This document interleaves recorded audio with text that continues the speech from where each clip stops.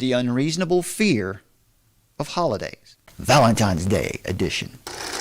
Is it a satanic holiday? Is it a satanic or pagan holiday that you should avoid, or is this just another meme? Heorotophobia is fear of the holidays. The history of what we know today as Valentine's Day is really not all that clear. People will tell you. You'll hear people out here on YouTube and their blogs telling you they know exactly where it came from. It's really not all that clear.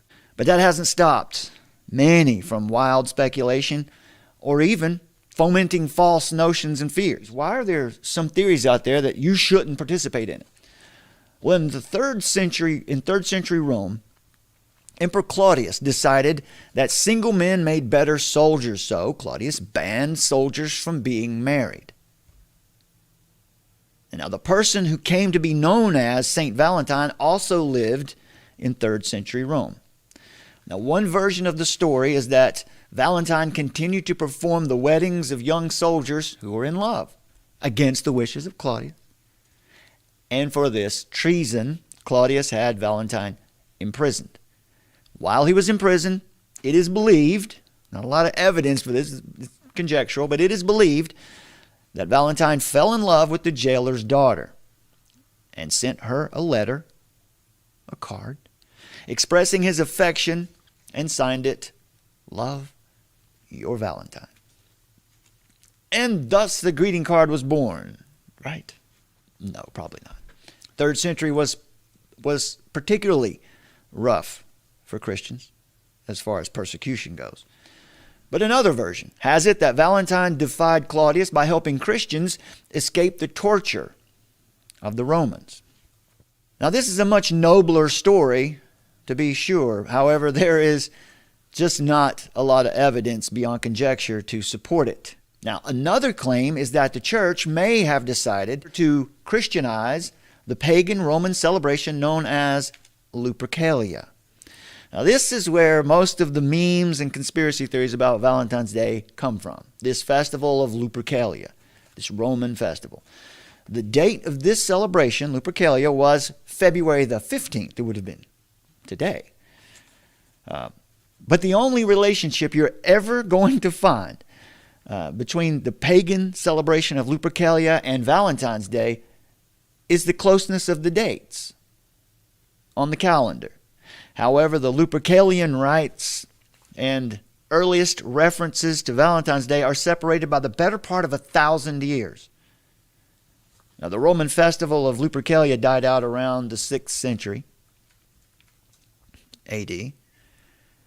And the first mention of anything close to Valentine's Day as we know it in the primary sources comes from the 14th century. So that's over 800 years. Lupercalia was a celebration honoring a wolf-like god called Lupercus. It is believed that shepherds paid homage to this character for protection over their sheep and maybe for the fertility of their sheep. In pagan Rome, human fertility rites were observed under the gods Juno, Venus, and Bacchus. But this was not the purpose of Lupercalia at all.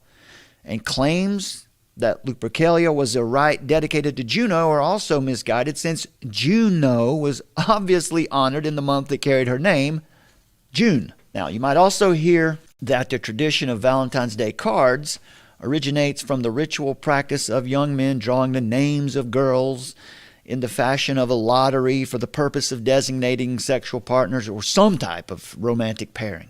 The problem is that there is no primary source that ever mentions this practice of romantic or copulative pairing in connection with Lupercalia. It is, at best, a rumor.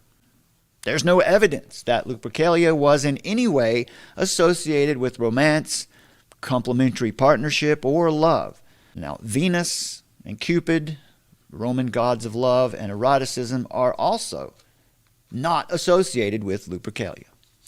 But these are the claims. And it wasn't until the 14th century that the Roman pagan honorific character known as Cupid was associated with the holiday, meaning that any real connection to Roman pagan celebrations and Valentine's Day is spurious at best. So the creators of the memes that you'll see and all the interesting theories also say that hearts the shape of heart. And red roses are connected to Lupercalia, or otherwise representative of some sort of evil. However, once again, as usual, the evidence for this is thin to non-existent. Hearts, various shapes, like you might see on playing cards, take on as many meanings as there are cultures in the world to appropriate them. Red roses often appear in poetry, literature, and classical artwork. Renowned 18th century Scottish poet Robert Burns compared his love to a red rose in the poem Red, Red Rose. So the red rose as a symbol there, the red rose as a symbol of love and affection began in Greek and Roman iconography, where it was tied to, yes, Aphrodite or Venus, the goddess of love. But later on, in early Christian times, it became associated with the virtue of Jesus' Virgin Mother Mary. By the time of Shakespeare, the red rose had become a standard symbol of the love shared between a man and a woman, which is God's created order. So this is in celebration of God's created order, right? That's what that symbolizes here today. These are just symbols, folks. These are just symbols that we use to show an outward expression of an inward truth.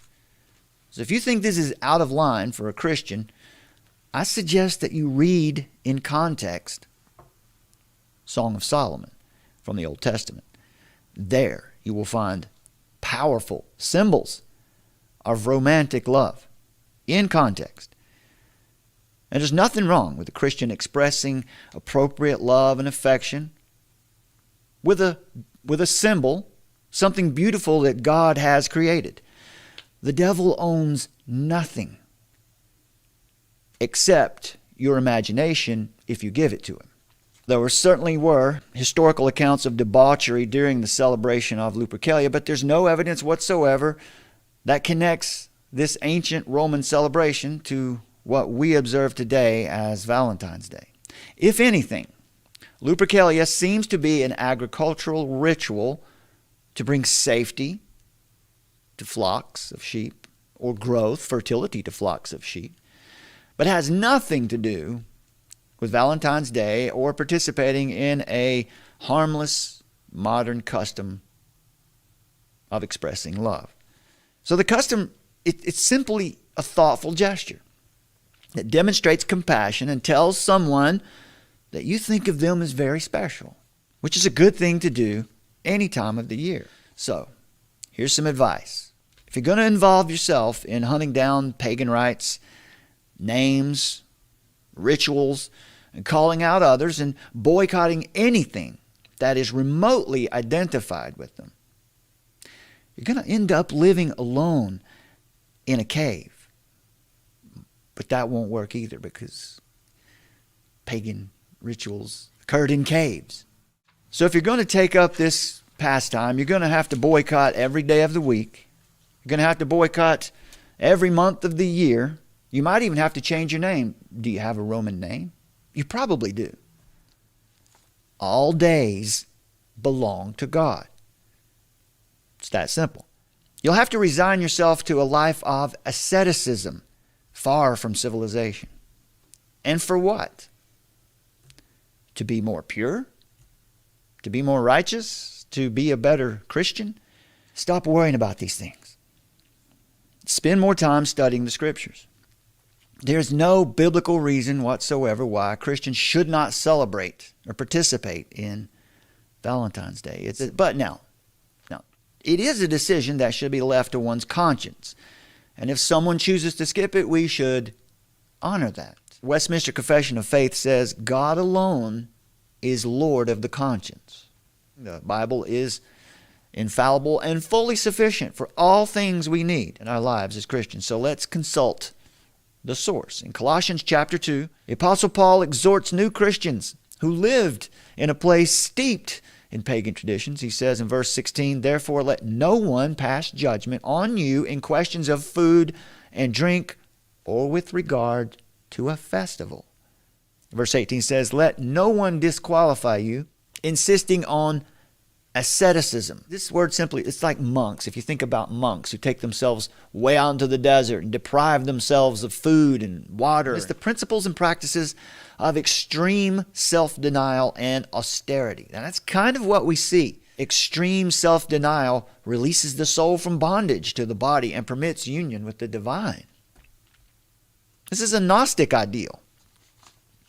Now, because Jesus won such a glorious victory on the cross, we should let no one judge us in our food or drink or in other matters related to legalism.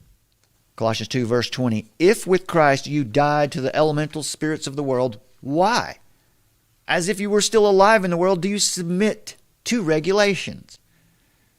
These have indeed an appearance of wisdom in promoting self-made religion and asceticism, but they are of no value in stopping the indulgence of the flesh. What does this mean? It means that legalistic opinions may have the appearance of wisdom. Some of these YouTube videos might look like they really know what they're talking about and you're getting some good information from them, but they have no real value.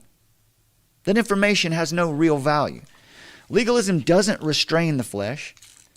On the contrary, it feeds the flesh in a subtle but powerful way.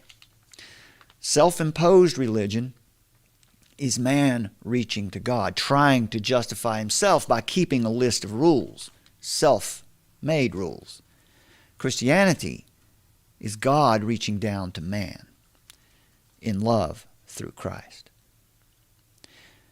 Christian, you're free from fear. You're seated with Christ for eternity. Don't give your conscience over to the ideas of earthly, man-made legalism. When this is all over, you're not going to answer to governors or self-righteous bloggers or YouTubers. You're going to answer to God. 1 Thessalonians chapter 2, verse 4 says, but just as we have been approved by God to be entrusted with the gospel, so we speak not to please man, but to please God who tests our hearts.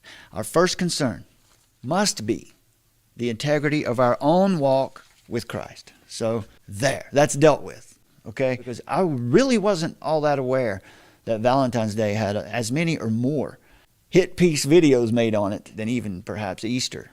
Not as many as Christmas, but it's up there. And let's not forget our new word for today, herotophobia, fear of holidays.